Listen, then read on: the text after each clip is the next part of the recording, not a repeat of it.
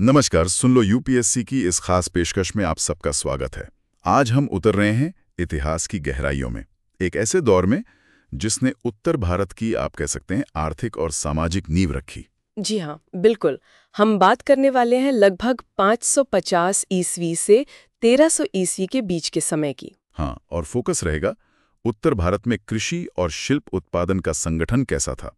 ये वो जमाना है जब कहते हैं जमीन से सोना उगता था और कारीगरों के हाथ जादू करते थे। और हमारी इस गहन चर्चा का आधार है इग्नू की यूनिट 11, जिसका टाइटल है organisation of agricultural and craft production North India से 550 to 1300 CE। और ये यूपीएससी उम्मीदवारों के लिए क्यों जरूरी है? देखिए, ये सीधे तौर पर मध्यकालीन भारत की अर्थव्यवस्था, सामाजिक संरचना, भूमि संबंध और तकनीकी विकास को समझने में मदद करता है। जीएस पेपर 1 का एक बहुत महत्वपूर्ण हिस्सा है ये। बिल्कुल। तो इस चर्चा के अंत तक श्रोता कृषि विस्तार के तरीके, सिंचाई की तकनीकें, कौन-कौन सी फसलें उगाई जाती थीं और जो अलग-अलग शिल्प थे, उनका उत्पादन कैसे संगठित था, इन सब बातों को बारीकी से समझ पाएंगे। कौन से इलाके आगे थे, कौन सी तकनीकें इस्तेमाल होती थी, मतलब सब कुछ कवर करने की कोशिश करेंगे। हाँ, और हम सिर्फ सतही जानकारी नहीं देंगे। कोशिश रहेगी कि हर पहलू का, हर स्रोत का जितना हो सके उतना विश्लेषण करें। जहां जरूरी होगा थोड़ी कहानियां, ऐतिहासिक तुलनाएं और हाँ, जरूरी नाम और शब्द उन्हें हम दोहराएंगे ताकि वो याद रह जाए। तो तैयार हो जाइए, एक लंबी और गहरी यात्रा होने वाली है ये। चलिए शुरू करते हैं सेक्शन 11.1 यानी परिचय से। जी देखिए, पारंपरिक रूप से जब हम शुरुआती मध्यकालीन उत्तर भारत के इतिहास को देखते हैं तो ज्यादातर अध्ययन कृषि संबंधों पर केंद्रित रहे हैं। मतलब टैक्स कैसे लगता था, जमीन पर किसका नियंत्रण था वगैरह। जैसे यूएन घोषल या फिर आर एस शर्मा जैसे बड़े इतिहासकारों के शुरुआती काम, वो राजस्व प्रणाली या जिसे हम सामंती कृषि संबंध कहते हैं, उस पर ही फोकस थे। बिल्कुल, लेकिन इसमें एक कमी रह गई। वो ये कि असल में कृषि उत्पादन होता कैसे था। मतलब जमीन कैसे जोती जाती थी, कौन सी तकनीकें थीं, इस पर ध्यान कम गया है। अच्छा, मतलब प्रोसेस पे फोकस कम रहा है। हाँ, पूरी तरह से कृषि उत्पादन की प्रक्रिया पर केंद्रित अध्ययन कम हुए हैं। और दूसरा पहलू है खनिज संपदा और शिल्प उत्पादन का। इन्हें तो अक्सर बस कृषि अर्थव्यवस्था का सहायक मान लिया गया है ना। सही कहा, इनको कम महत्व दिया गया। खासकर शिल्प उत्पादन की जो टेक्निक्स थीं, उन पर इतिहासकारों ने उतना ध्यान नहीं दिया। हाँ, इरफान हबीब ने बाद के काल मतलब सल्तनत पीरियड वगैरह पर काफी काम किया है, लेकिन इस अर्ली मेडिवल पीरियड पर कम। और जानकारी जुटाना भी तो एक चुनौती है। स्रोत कहाँ से मिलते हैं? सबसे मुख्य स्रोत हैं पुरालेख, मतलब एपिग्राफिक सोर्सेज, खासकर भूमि अनुदान वाले शिलालेख जिन्हें हम लैंड ग्रांट इंस्क्रिप्शंस कहते हैं। लेकिन इनसे भी तो पूरी तस्वीर नहीं मिलती होगी। नहीं मिलती। ये कृषि और गैर कृषि उत्पादन पर जानकारी तो देते हैं, लेकिन वो बिखरी हुई और अनियमित होती है, मतलब कंटिन्यूअस डेटा नहीं मिलता। तो फिर और क्या स्रोत हैं? साहित्यिक स्रोत बहुत महत्वपूर्ण है, जैसे कल्हण की राजतरंगिणी। कश्मीर के इतिहास के लिए ये कमाल की किताब है। हाँ, राजतरंगिणी का नाम तो सुना है। और फिर पुरातत्व यानी आर्कियोलॉजी, उसे भी कभी कभी नजरअंदाज कर दिया जाता है, लेकिन उससे भी काफी कुछ पता चलता है। और हाँ, यात्रियों के विवरण, जैसे मार्को पोलो या ह्वेनसांग। बिल्कुल। ह्वेनसांग जो 7वीं सदी में आए थे, उनका विवरण तो बहुत ही उपयोगी है इस दौर के लिए। और बाद में मार्को पोलो भी। अभयकांत चौधरी जैसे इतिहासकारों ने इन विभिन्न स्रोतों का इस्तेमाल करके इस विषय पर काम किया है। ठीक है, तो मतलब स्रोतों की कमी नहीं है, बस जानकारी बिखरी हुई है। अब आते हैं सेक्शन 11.2 पर, कृषि का विस्तार और फैलाव। हाँ, extent and expansion of agriculture, ये एक बहुत महत्वपूर्ण पहलू है इस काल का। इस दौर में अभूतपूर्व कृषि विस्तार हुआ, मतलब खेती का दायरा बहुत बढ़ा। और इसका सबूत हमें कहाँ से मिलता है? मुख्य रूप से वही भूमि अनुदान शिलालेखों से। इनसे पता चलता है कि नई नई जमीनों पर खेती शुरू हो रही थी। अच्छा, तो क्या ये मान लिया जाए कि ये जो भूमि अनुदान दिए जाते थे ब्राह्मणों को या मंदिरों को, वही कृषि विस्तार का मुख्य कारण थे, जैसा कि शायद आर एस शर्मा मानते थे?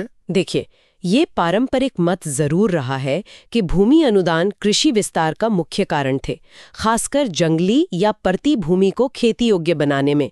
शर्मा जी का यही तर्क था। लेकिन क्या इसमें कोई और एंगल भी है? हाँ, एक सूक्ष्म दृष्टिकोण ये कहता है कि ज्यादातर अनुदान तो ऐसी जगहों पर दिए गए जहां गांव पहले से बसे हुए थे, तो जरूरी नहीं कि कृषि विस्तार की शुरुआत इन्हीं अनुदानों से हुई हो।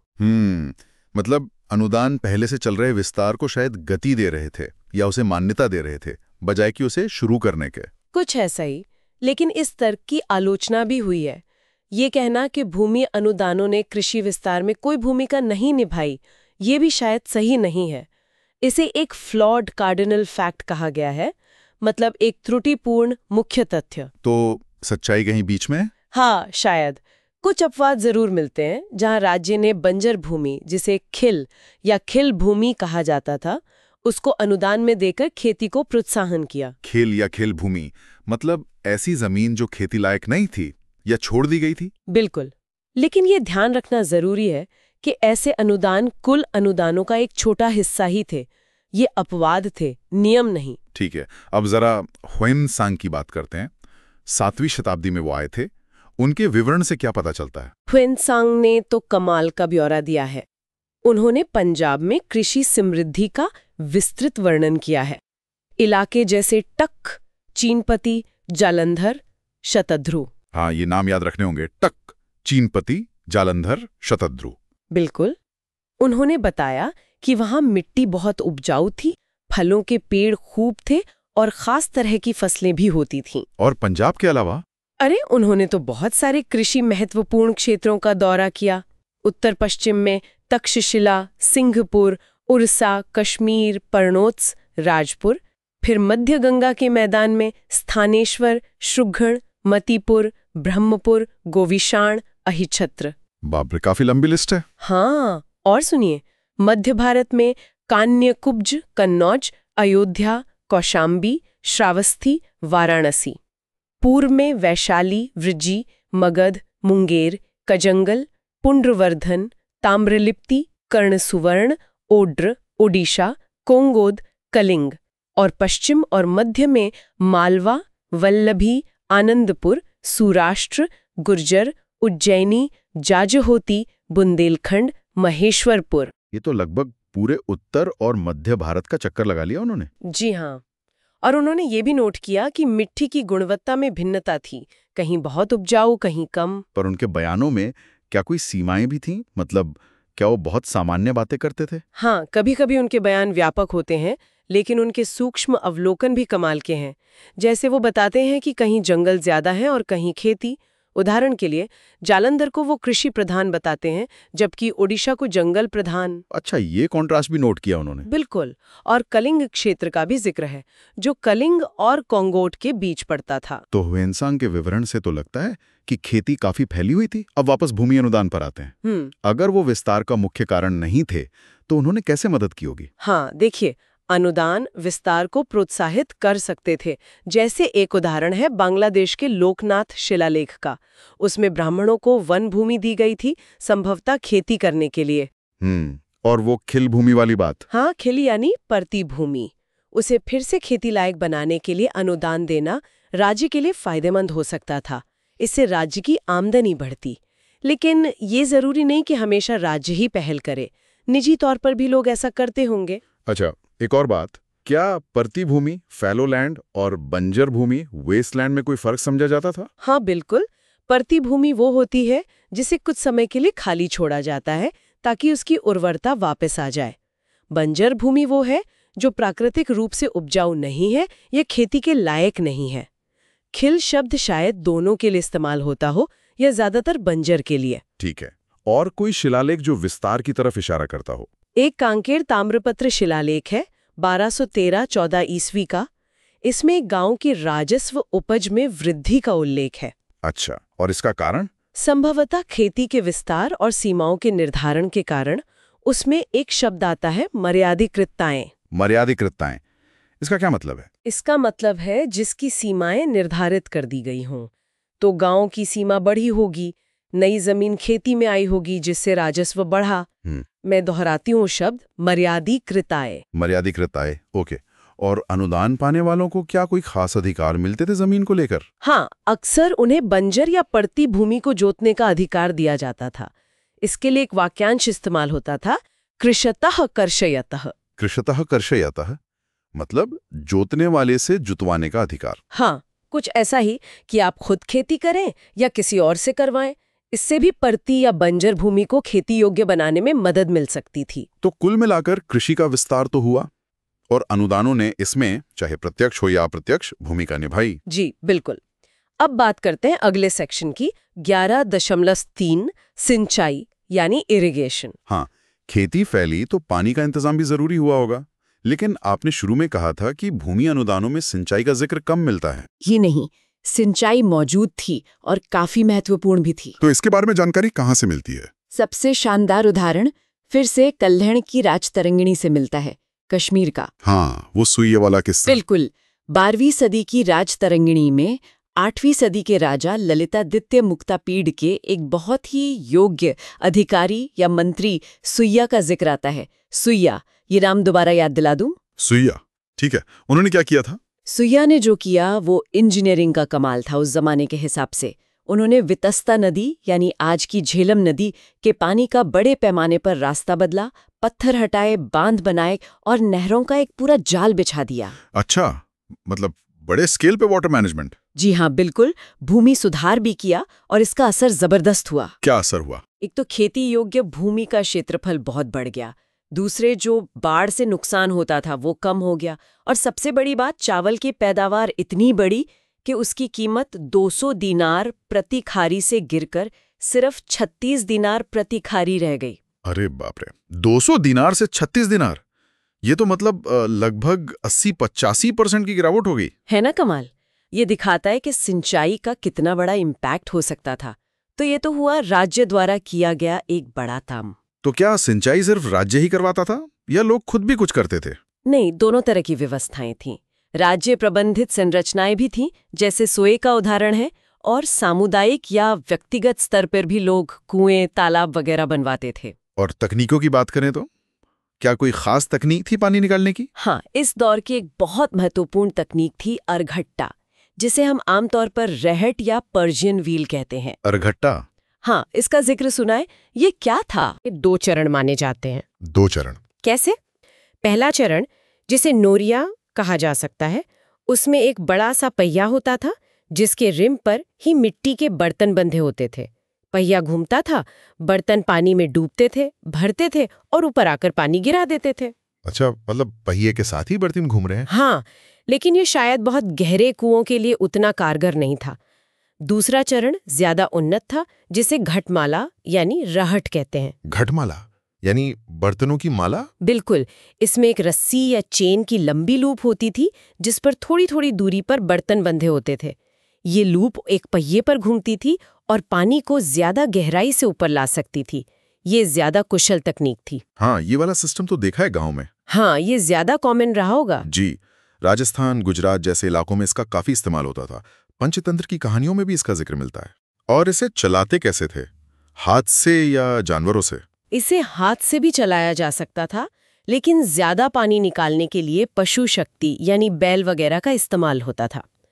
इसमें फिर गियर का सिस्टम भी जुड़ गया, जिससे पहिया घूमता था। गियर सिस्टम भी था इस जमाने में? देखिए, गियर वाले रहट का स्पष्ट वर्णन तो बाबरनामा में मिलता है, जो काफी बाद का है, 16वीं सदी का। लेकिन इतिहासकार इरफान हबीब का मानना है कि शायद 10वीं शताब्दी तक भारत में गियरिंग तकनीक आ गई थी। दिलचस्प है। तो अरघट एक महत्वपूर्ण तकनीक थी। और क्या तरीके थे सिंचाई के? एक और महत्वपूर्ण तरीका था वापी या बावड़ी, जिसे स्टेप वेल कहते हैं। इसके प्रमाण गुजरात से मिलते हैं, मैत्रक काल के शिलालेखों में। बावड़ी ये कैसे काम करती थी? ये एक तरह का कुआं होता था जिसमें पानी तक पहुंचने के लिए सीढ़ियां बनी होती थीं। पानी का लेवल नीचे जाने पर भी सीढ़ियों से उतरकर पानी लिया जा सकता था। ये पीने के पानी और शायद थोड़ी बहुत सिंचाई के काम भी आती होगी। अच्छा, वापी का मतलब स्टेप वेल है। कभी कभी इसका अनुवाद सिंचाई कुआं भी कर दिया जाता है। हाँ, ये कंफ्यूजन हो सकता है। इसके अलावा तालाब, साधारण कुएं, नहरें, ये तो अलग अलग क्षेत्रों में आम थे ही। क्या कुछ खास इलाकों में सिंचाई की ज्यादा जरूरत पड़ती थी? हाँ, जैसे पश्चिमी भारत के अर्धशुष्क सेमी एरिड इलाके, वहां शायद 2 फसल लेने के लिए सिंचाई जरूरी होती होगी।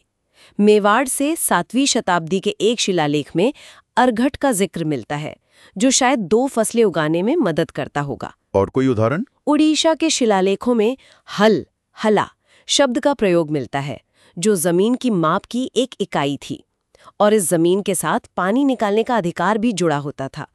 एक शिलालेख में तो कुंभकारा से पानी साझा करने के लिए भी कहा गया है। अच्छा, मतलब पानी का बंटवारा भी होता था। जी, और कुछ फसलें ऐसी थीं जिनके लिए सिंचाई बहुत जरूरी थी, जैसे गन्ना, खास तौर पर गंगा के मैदानों के बाहर, जैसे बिहार, पूर्वी यूपी, बुंदेलखंड वगैरह में। चंदेल राजाओं के शिलालेखों में कुओं और तालाबों का जिक्र मिलता है गन्ने की खेती के संदर्भ में। तो कुल मिलाकर सिंचाई महत्वपूर्ण तो थी, लेकिन क्या ये कह सकते हैं कि ज्यादातर खेती इसी पर निर्भर थी? नहीं, शायद नहीं। सिंचाई निश्चित रूप से महत्वपूर्ण थी और विकसित हो रही थी, लेकिन अगर हम बाद के समय से तुलना करें तो शायद कुल फसली क्षेत्र के एक छोटे हिस्से को ही सिंचाई मिल पाती थी। ज्यादातर खेती अब भी बारिश पर निर्भर थी, जिसे देवमात्रिक कहा जाता था। देवमात्रिक मतलब देवताओं या बारिश पर निर्भर? हाँ, और कुछ इलाके नदियों की बाढ़ के पानी पर निर्भर थे, उसे नदी मात्रिक कहते थे। तो ये दोनों, देवमात्रिक और नदी मात्रिक, बहुत महत्वपूर्ण बने रहे। ठीक है, तो ये हुई सिंचाई की बात। अब आते हैं सेक्शन 11.4 पर, फसलें यानी क्रॉप्स। उगाते क्या क्या थे लोग? फसलें तो काफी विविध थीं। इसकी जानकारी हमें साहित्यिक ग्रंथों और पुरालेखों दोनों से मिलती है। मुख्य अनाज कौन से थे? मुख्य रूप से गेहूं, जौ और चावल। इनके अलावा मोटे अनाज जैसे कोदोन, बाजरा, रागी, इनका भी उल्लेख मिलता है। और दालें, तेल वगैरह? हाँ, दालें थीं। तिलहन में तिल, सरसों, अरंडी का जिक्र है। और नकदी फसलें मतलब कैश क्रॉप्स? वो भी कई थीं, जैसे केसर, खासकर कश्मीर में। गन्ना तो बहुत महत्वपूर्ण था। पान के पत्ते, सुपारी, कपास, सन, फ्लैक्स, भांग, हिम्प और नील भी उगाए जाते थे। फल और सब्जियां भी होती होंगी? हाँ, उनका भी उल्लेख मिलता है, जो आहार का हिस्सा थीं। क्या इन फसलों का कोई क्षेत्रीय वितरण था? मतलब कोई फसल कहीं ज्यादा होती हो? हाँ, बिल्कुल। जैसे चावल की जानकारी काफी मिलती है। ह्वेनसांग ने तो धान रोपने का भी जिक्र किया है। अच्छा, मतलब पैडी ट्रांसप्लांटेशन उस वक्त भी होता था? लगता तो है। पहाड़ी चावल शायद उतने आम नहीं थे। चावल पंजाब, उत्तर पश्चिम भारत जैसे जलंधर, परीता, मध्य गंगा मैदान जैसे कौशाम्बी, टक, इन सब इलाकों में होता था। और कपास? कपास बुंदेलखंड और मालवा में प्रमुख फसल लगती है। बंगाल का क्या? वहां तो चावल बहुत होता है आज भी। हाँ, ये थोड़ी हैरानी की बात है कि शुरुआती दौर के स्रोतों में बंगाल से चावल का उल्लेख उतना ज्यादा नहीं मिलता जितना उम्मीद की जाती है। बाद में मिलता है। और गन्ना? गन्ना उत्तर पश्चिम के मैदानों, मालवा, बुंदेलखंड, यूपी, बिहार, बंगाल, सब जगह काफी आम था। और केसर तो आपने बताया कश्मीर का? हाँ, केसर कश्मीर के अलावा उद्यान और कपिशा आज का अफगानिस्तान में भी होता था। क्या समय के साथ फसलों के महत्व में कोई बदलाव आया? हाँ, ऐसा लगता है जैसे गेहूं का महत्व समय के साथ जौ की तुलना में बढ़ता गया।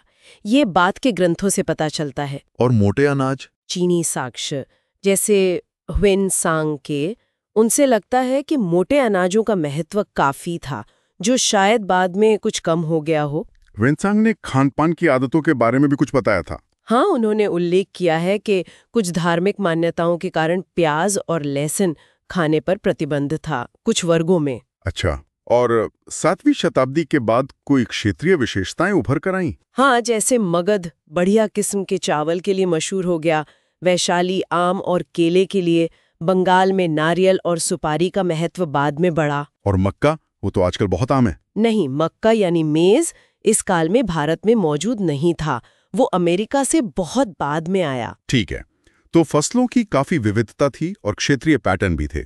अब चलते हैं एक और बहुत जरूरी हिस्से पर, सेक्शन 11.5, शिल्प उत्पादन यानी क्राफ्ट प्रोडक्शन। जी, कृषि के बाद अगर कोई सबसे बुनियादी शिल्प था तो वो था लोहा गलाने और उससे औजार बनाने का काम, मतलब लोहार का काम। हाँ, खेती के लिए हल, फावड़े, कुल्हाड़ी सब लोहे के ही बनते होंगे। बिल्कुल। इसके पुरातात्विक सबूत भी मिलते हैं, जैसे लोहे के स्लैग यानी धातुमल और लोहे के बने उपकरण। शिलालेखों में भी जिक्र आता है। गांव में लोहार होते थे। हाँ, बिल्कुल। लेख पद्धति जैसे ग्रंथों में बाण भट्ट के हर्षचरित में गांव के लोहार का जिक्र है, जिसे करमार कहा गया है। करमार जी। और कुछ शिलालेखों में तो काफी संख्या में लोहारों का उल्लेख मिलता है, जिसे पता चलता है कि ये कितने महत्वपूर्ण थे। और क्या सिर्फ औजार ही बनाते थे या कुछ और भी? नहीं, औजारों के अलावा भी बहुत कुछ। उनके कौशल का अंदाजा इस बात से लगता है कि मंदिरों में लोहे के बड़े बड़े बीम इस्तेमाल किए गए, जैसे पुरी और कोणार्क के मंदिरों में। लोहे के बीम इतने बड़े? हाँ, हालांकि कुछ विद्वान मानते हैं कि ये शायद लकड़ी के बीम थे जिन पर लोहे की परत चढ़ाई गई हो, लेकिन फिर भी ये उच्च स्तरीय धातु कर्म का प्रमाण तो है ही। धार का लौह स्तंभ भी इसी तरह के कौशल का उदाहरण है, हालांकि वो शायद थोड़ा पहले का है। और हथियारों का क्या, तलवारें वगैरह? तलवारें, वो तो बहुत ही मूल्यवान शिल्प थीं। बहुत ऊंची कीमत होती थी अच्छी तलवारों की। वो दमिश्क तलवारों वाली बात सुनिए, क्या उनका भारत से कोई कनेक्शन था? हाँ, ये संभव है। जो दमिश्क स्टील था उसकी एक खासियत थी उसका पैटर्न। माना जाता है कि वो शायद भारत में बनने वाले एक खास तरह के स्टील, जिसे वुड्स स्टील कहते हैं, उससे बनता था। अहमद वाई अल हसन और डोनाल्ड आर हिल की किताब है इस्लामिक टेक्नोलॉजी, उसमें इसका जिक्र है। Woods steel? हाँ। अच्छा, तो भारत में लोहा मिलता कहाँ था? खदानें कहाँ थी? लोहे के अयस्क के भंडार कई जगह थे, जैसे आज का झारखंड, उड़ीसा का तालचेर क्षेत्र, बिहार।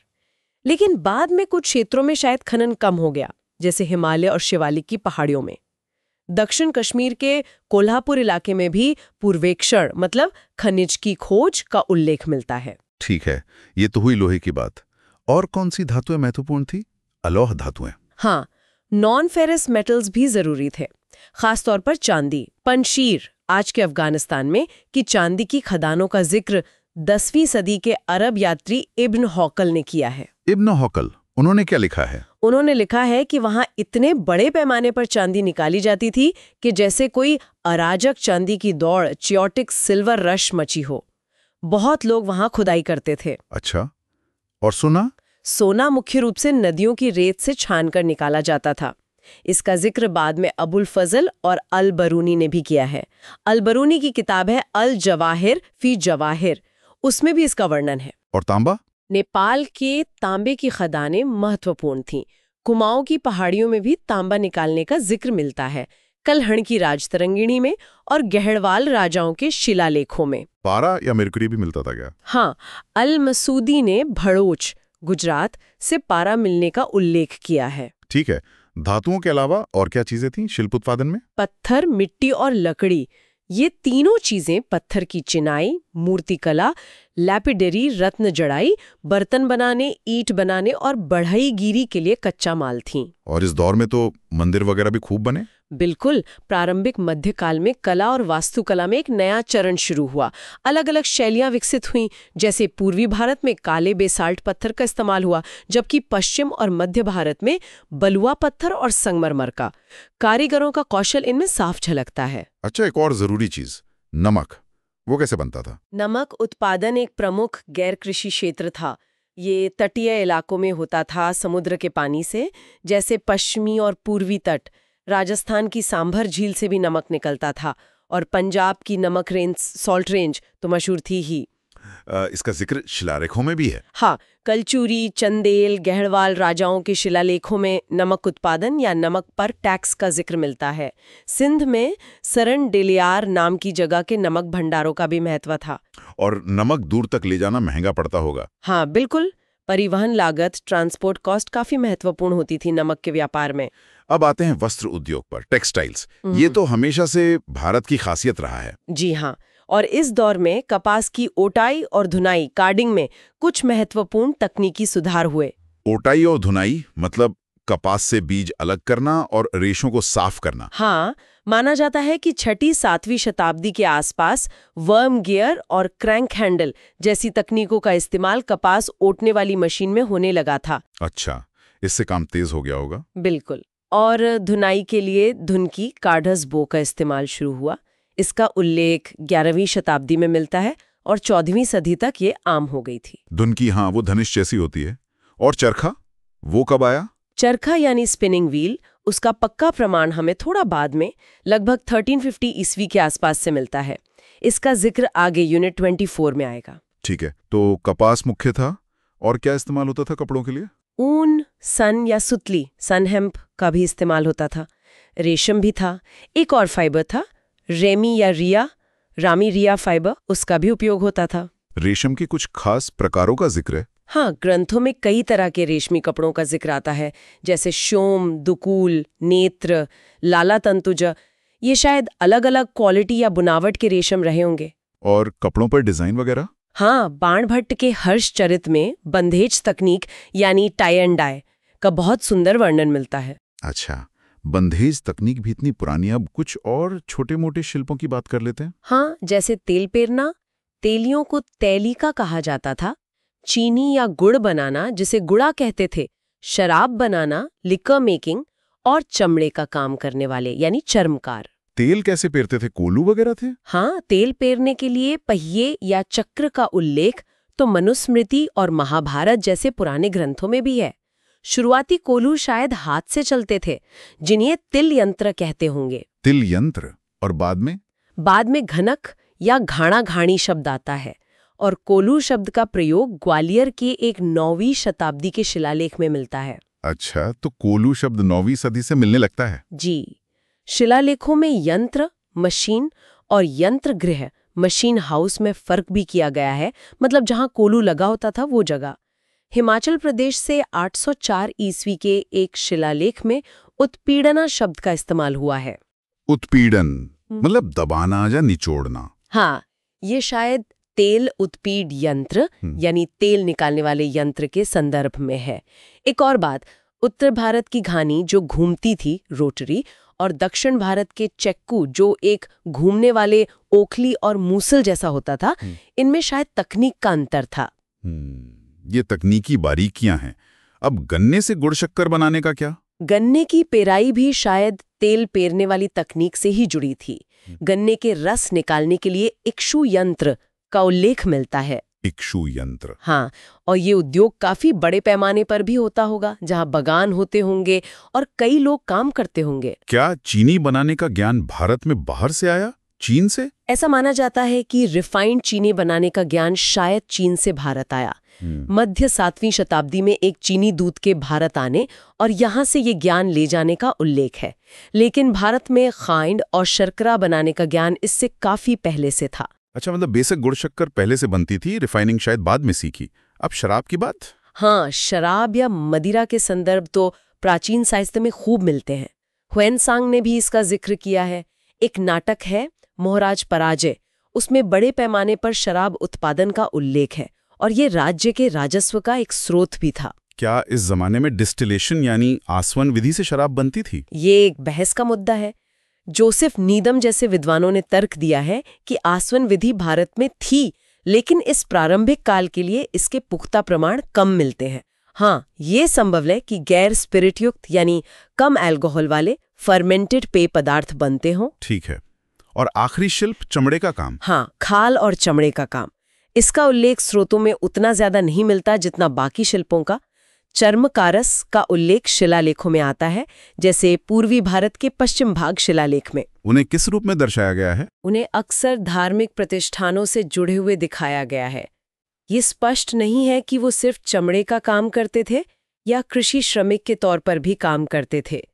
एक बौद्ध संदर्भ में चमड़ा श्रमिकों की एक पेशेवर जाति का उल्लेख है जो जरूरत पड़ने पर कृषि श्रम भी प्रदान करती थी। अच्छा, तो ये हो गए विभिन्न शिल्प। अब सबसे महत्वपूर्ण सवाल, इनका संगठन कैसे होता था? मतलब ये कारीगर काम कैसे करते थे? Section 11.6 organisation of craft production. जी देखिए, जो सबसे बुनियादी इकाई थी वो थी गांव में रहने वाला अकेला शिल्पकार और उसका परिवार।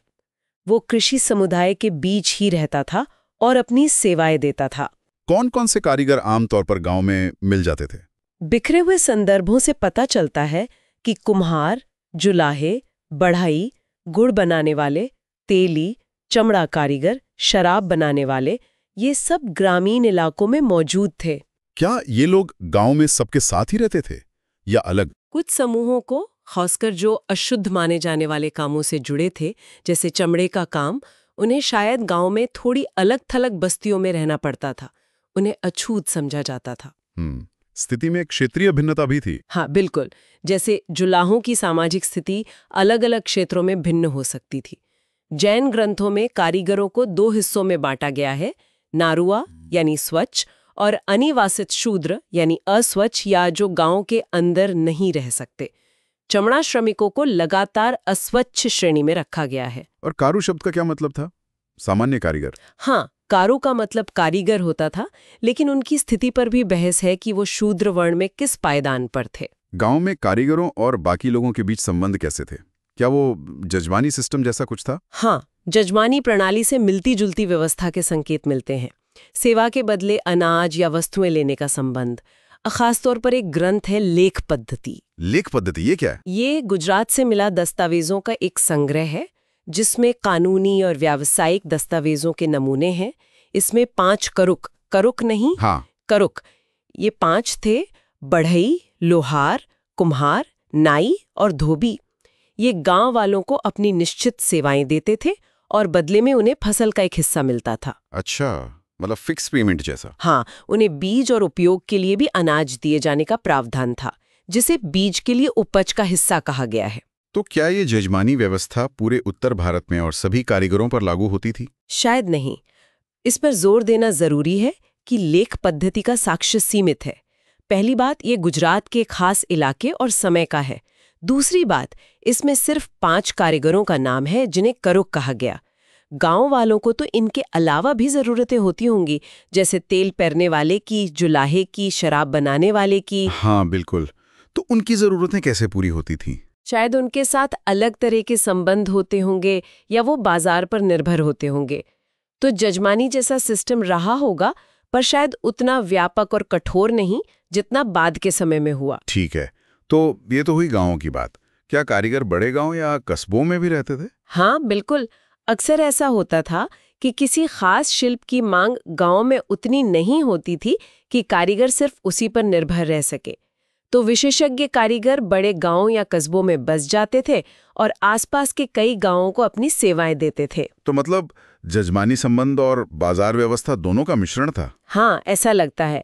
कभी कभी दान के जरिए कारीगरों के दायित्वों को एक व्यक्ति से दूसरे को हस्तांतरित भी कर दिया जाता था। और क्या धार्मिक संस्थान भी कारीगरों को संगठित करते थे? हाँ, इसका भी उदाहरण मिलता है। सिलहट बांग्लादेश से मिला पश्चिम भाग ताम्रपत्र है। उसमें एक मंदिर को दान दी गई भूमि का विवरण है। उस भूमि से तेलियों, कुम्हारों, बढ़ई और राजमिस्त्रियों का भरण पोषण होता था, जिन्हें बदले में मंदिर के लिए सेवाएं देनी होती थीं।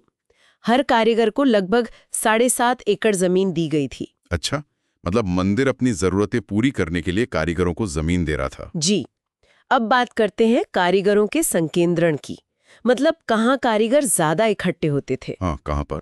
कुछ खास जगहों पर कारीगरों का जमावड़ा होता था, जैसे व्यापार मार्गों पर स्थित बस्तियां या जहां कच्चा माल आसानी से मिलता हो।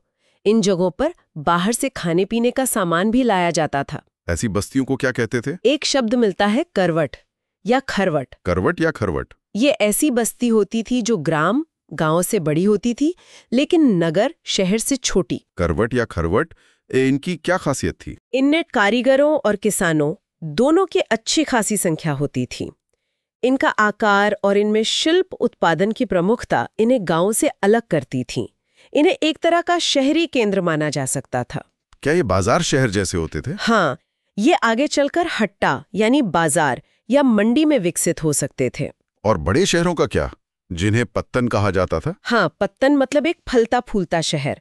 वहां तो कारीगरों का बड़ा समूह होता ही था। इसका एक अच्छा उदाहरण मिलता है सियादोनी से, जो झांसी के पास है। सियादोनी? वहां क्या मिला है? वहां से मिले शिलालेखों में कई तरह के कारीगरों की सूची मिलती है। आस्वक, शराब बनाने वाले; कुम्हार, शराब बनाने वाले; कलपाल, जुलाहे, चीनी उबालने वाले; कसेरे, कांसे का काम करने वाले; तेली, पत्थर काटने वाले। काफी लंबी लिस्ट है। हाँ, ये लोग धार्मिक दान वगैरह में शामिल थे। हालांकि ये जरूरी नहीं कि ये लिस्ट पूरे शहर की कारीगर संरचना को दिखाती हो।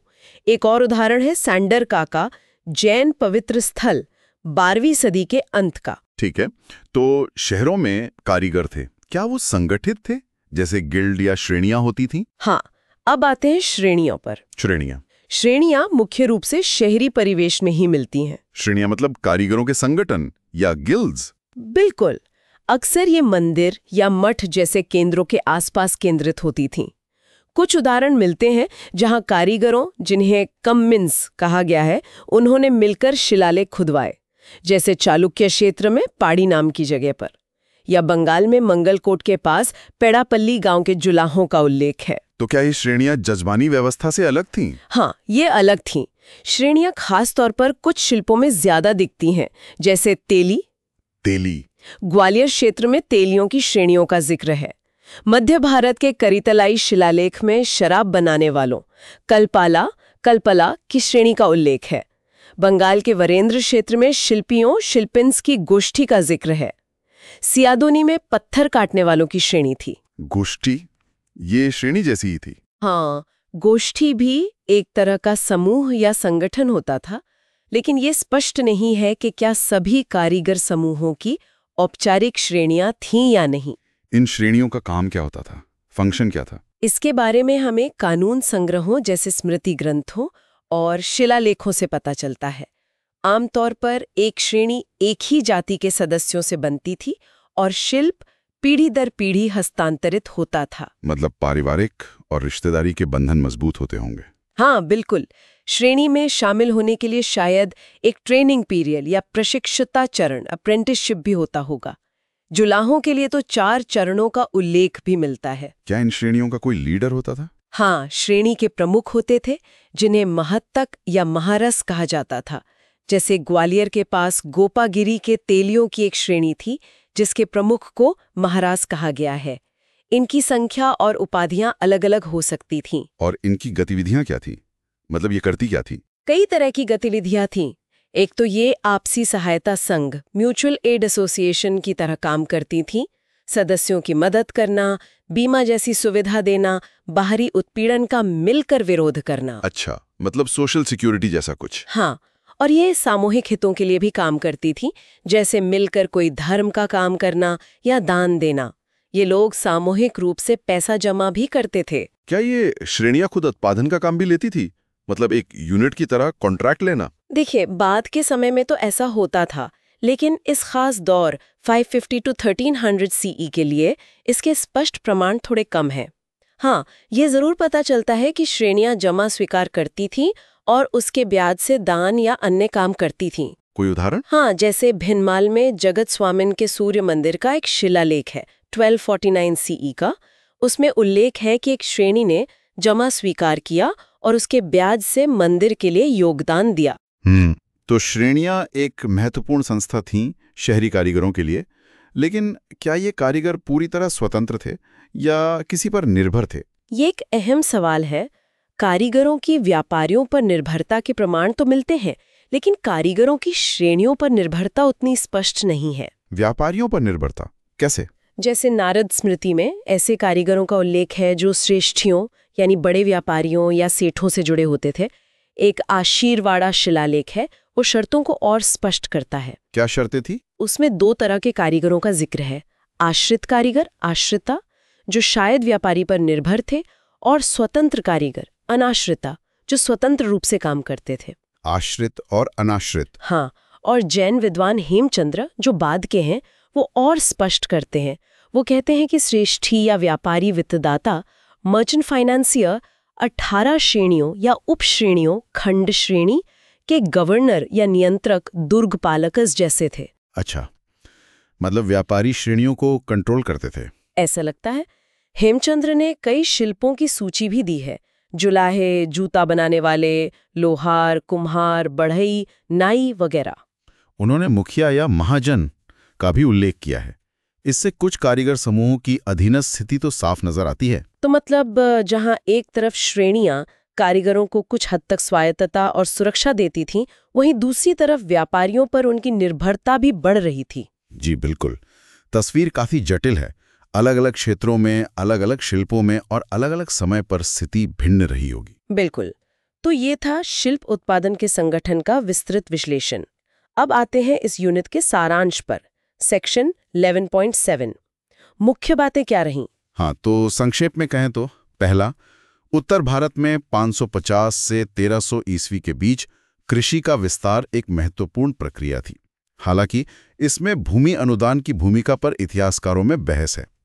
ह्यूएनसांग जैसे यात्रियों के विवरण इस विस्तार और क्षेत्रीय भिन्नताओं पर काफी रोशनी डालते हैं। दूसरा सिंचाई तकनीकों का विकास हुआ, जिसमें अर्घट यानी रहट और वापी बावड़ी प्रमुख थीं। राज्य और समुदाय दोनों स्तर पर प्रयास हुए। जैसे कश्मीर में सुयू का काम एक बड़ा उदाहरण है, लेकिन फिर भी ज्यादातर खेती वर्षा या बाढ़ पर निर्भर थी। ठीक है।